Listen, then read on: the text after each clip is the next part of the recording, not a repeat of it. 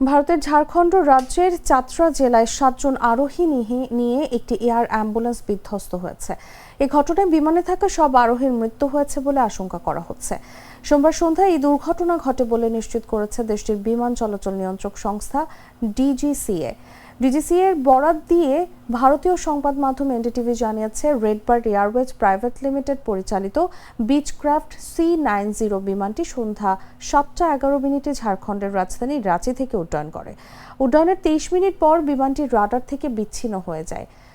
DGCA এক বিবৃতিতে জানায়, কলকাতার সঙ্গে যোগাযোগ স্থাপনের পর সন্ধ্যা 7:34 বারাণসী থেকে প্রায় 100 নটিক্যাল মাইল দক্ষিণ পূর্বে বিমানটির সঙ্গে কন্ট্রোল রুমের সংযোগ বিচ্ছিন্ন হয়ে যায়। পরে জানা যায় এটি চাতরা জেলার দুর্গম এলাকায় বিধ্বস্ত হয়েছে। সংস্থাটি জানায়, বিমানটিতে মোট 7 জন আরোহী ছিলেন। তাদের মধ্যে ছিলেন 2 জন পাইলট, 1 জন রোগী, রোগীর 2 জন সঙ্গী, 1 জন চিকিৎসক এবং 1 জন প্যারামেডিক। বিকাশ পেমেন্টে 10,000 টাকার বেশি অফার। শপিং চলছে তো।